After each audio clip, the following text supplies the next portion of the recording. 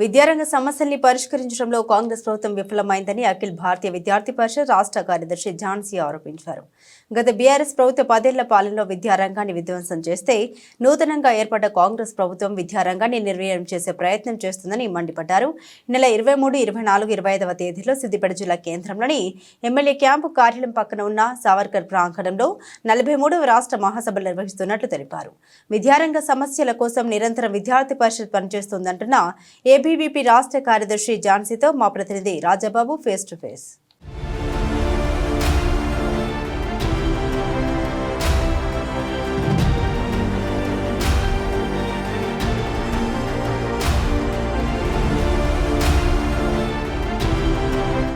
ఈ నెల 23, 24, 25 తేదీలలో సిద్దిపేట జిల్లా కేంద్రంలోని ఎమ్మెల్యే క్యాంపు కార్యాలయం పక్కన ఉన్నటువంటి సావర్కర్ ప్రాంగణంలో అఖిల భారతీయ విద్యార్థి పరిషత్ 43వ రాష్ట్ర మహాసభలు ఇక్కడ జరుపుకోవడం జరుగుతుంది.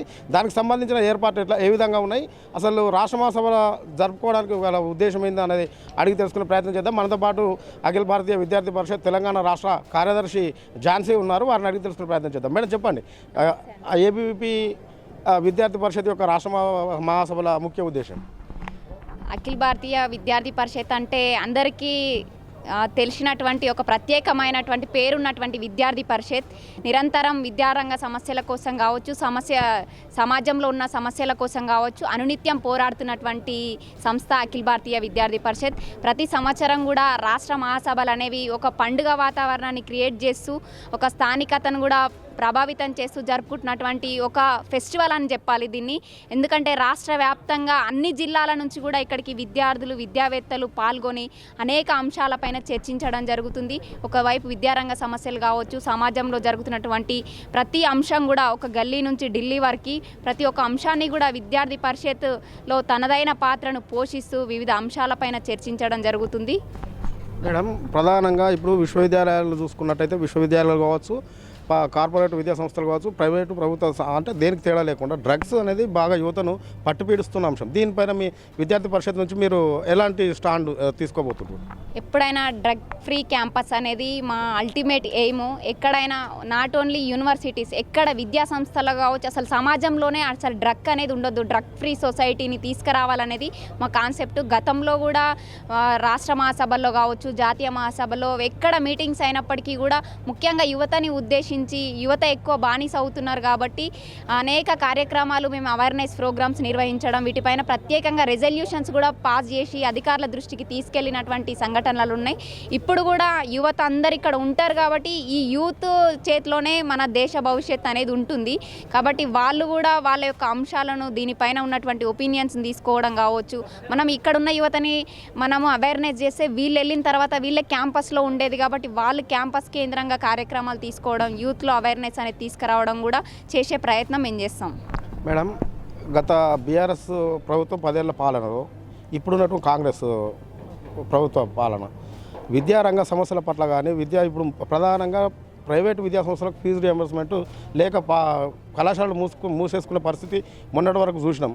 దీని మీద ఈ ప్రభుత్వాలకు ఏం చెప్పదలుచుకున్నారు?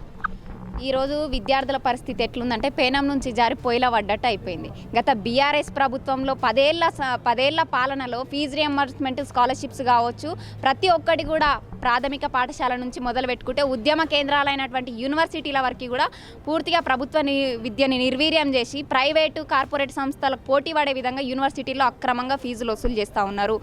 ఆ 10 ఏళ్ల పాలనని అంతమొందించి నూతనంగా కాంగ్రెస్ ప్రభుత్వాన్ని ఎంచుకున్నది, ఏరికోరి తెచ్చుకున్నది విద్యార్థి యువత ఏకమైతేనే. ముఖ్యంగా వీళ్ళ యొక్క పాత్ర, కాంగ్రెస్ ప్రభుత్వం అధికారంలోకి రావడానికి వీళ్ళ పాత్రే ముఖ్యమైనది. ఇప్పుడు తీరా అధికారంలోకి వచ్చిన తర్వాత కేసీఆర్కి ధీటుగా వీళ్ళు విద్యా వ్యవస్థను విధ్వంసం చేసే కుట్రలు చేస్తూ ఉన్నారు తప్ప ఎక్కడ కూడా విద్యారంగాన్ని బాగుపరిచే ఆలోచన లేదు. దీనికి ప్రత్యక్ష సాక్ష్యం ఏంటంటే ఒక విద్యాశాఖ మంత్రిని కూడా నియమించినటువంటి అసమర్థ ప్రభుత్వం ఈ యొక్క కాంగ్రెస్ది. ఈ యొక్క అంశంతోనే మనందరం కూడా విద్యా వ్యవస్థ పైన ఎంత చిత్తశుద్ధి ఉందో ఈ ప్రభుత్వానికి అర్థం చేసుకోవాలి.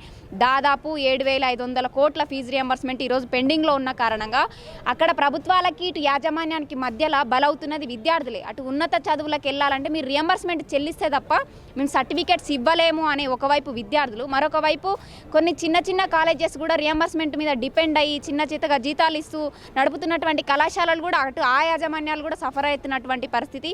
ఈ తప్పిదమంతా ప్రభుత్వం దగ్గరే ఉంది.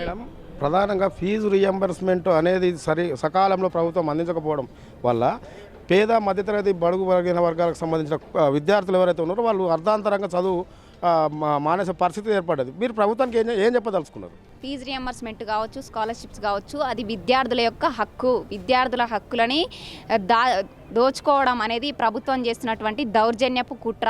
విద్యార్థులు చదువుకోవాలి, బాగుపడాలి, వాళ్ళకు ఉన్నతమైన భవిష్యత్తు ఇవ్వాలంటే ఫస్ట్ ఆఫ్ ఆల్ ప్రభుత్వాలు చేయాల్సింది విద్యార్థులకు చెందాల్సింది విద్యార్థులకు చెల్లించాలని చెప్పేసి మా డిమాండ్ చేస్తున్నాం. ఇక్కడ రాష్ట్ర మహాసభల నుంచి కూడా గట్టిగా మేము చెప్పేది ఏంటంటే, మిమ్మల్ని ఒక ప్రభుత్వాన్ని దించింది ఎందుకో, మిమ్మల్ని ఎందుకు గద్దెనెక్కించారు అనేది మీకు క్లారిటీ ఉంది. కాబట్టి మీరు ఇచ్చినటువంటి హామీలు ఏవైతే ఉన్నాయో విద్యార్థులకు రావాల్సిన అన్నిటిని కూడా మీరు ఖచ్చితంగా చెల్లించాలి. లేకపోతే బీఆర్ఎస్ ప్రభుత్వానికి పట్టిన గతే కాంగ్రెస్ ప్రభుత్వానికి కూడా పడుతుందని చెప్పి మేము ఈ సందర్భంగా హెచ్చరిస్తూ ఉన్నాం ఈ ప్రభుత్వాన్ని. ఈ రాష్ట్ర మహాసభలకు ముఖ్య అతిథిగా ఎవరు వస్తుంటారు? మీ ఎజెండా ఏంది? ఈ రాష్ట్ర మహాసభలలో ఏ అంశాలపై తీర్మానాలు చేయబోతున్నారు? ఈ 3 రోజుల రాష్ట్ర మహాసభల్లో మొదటి రోజు రాష్ట్ర గవర్నర్ గౌరవనీయులు జిష్ణుదేవ్ వర్మ గారు మరియు all India organising secretary Ashish Chauhan ji గారు ఈ కార్యక్రమంలో ఉండబోతున్నారు. విద్యారంగం మరియు రాష్ట్ర స్థితిపైన రెజల్యూషన్స్ ప్రవేశపెట్టి చర్చించడం జరుగుతుంది. అదేవిధంగా సేవా పురస్కార్, గౌరీజీ యువ పురస్కార్ అని చెప్పేసి ఒక సేవను గుర్తించి 40 సంవత్సరాల లోపు ఉన్నటువంటి యువతని వాళ్ళని ఇంకా ప్రోత్సహించే విధంగా గౌరీజీ యువ పురస్కార్ అనే అవార్డుని వాళ్ళకు అందజేయడం జరుగుతుంది. అదేవిధంగా ర్యాలీ, బహిరంగ సభలో వివిధ అంశాలు, విద్యారంగంలో జరుగుతున్నటువంటి ఫెయిల్యూర్స్ కావచ్చు, విద్యార్థులకు రావాల్సినటువంటి బెనిఫిట్స్ ఏమున్నాయి, సమాజంలో ఈ యొక్క ప్రభుత్వాలు ఇచ్చినటువంటి హామీలు నెరవేర్చాలి, ప్రతి అంశం పైన కూడా ఈ 3 రోజుల సమావేశంలో చర్చించడం జరుగుతుంది. ఈ సమావేశానికి దాదాపు 1500 వరకు విద్యార్థులు, కార్యకర్తలు, విద్యావేత్తలు కూడా ఈ కార్యక్రమంలో పాల్గొనబోతున్నారు. కొంతమంది పూర్వ కార్యకర్తలు, ప్రస్తుతం రాజకీయ రంగంలో ఉన్నటువంటి నాయకులు కూడా ఈ మహాసభల్లో పాల్గొనబోతున్నారు. ఇది మొత్తానికైతే ఈ 43వ రాష్ట్ర మహాసభలకు ప్రారంభోత్సవానికి రాష్ట్ర గవర్నర్ జిష్ణుదేవ్ వర్మ రాబోతున్నారు. అదేవిధంగా ఆల్ ఇండియా సెక్రటరీ కూడా పాల్గొనబోతున్నారని చెప్పడం జరుగుతుంది. ఏబీవీపీ గత కొన్ని సంవత్సరాల నుండి విద్యారంగం ఎదుర్కొంటున్నటువంటి సమస్యలు ఏవైతే ఉన్నాయో వాటిని పరిష్కారం చేసేందుకు, అలాగే సమాజంలో ఉన్నటువంటి రుగ్మతలను రూపుమాపేందుకు పరిషత్ తన ప్రత్యేకతతో చాటుకుంటూ దానికి అనుగుణంగానే ప్రణాళికబద్ధంగా ముందుకెళ్ళి ప్రభుత్వ దృష్టికి తీసుకెళ్లి సమస్యల పరిష్కారం కోసం పనిచేస్తుంది.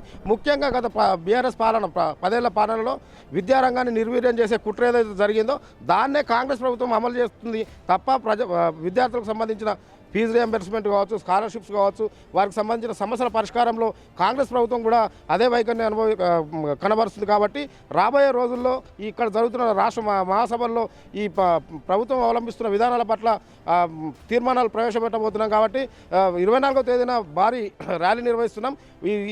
ఈ మహాసభల్లో విద్యార్థులు అధిక సంఖ్యలో పాల్గొని రాష్ట్ర మహాసభలను విజయవంతం చేయాలని చెప్పేసి రాష్ట్ర కార్యదర్శి ఝాన్సీ గారు చెప్పడం జరుగుతుంది. కెమెరా పర్సన్ నరేష్తో రాయబాబు, S6 న్యూస్, సిద్దిపేట.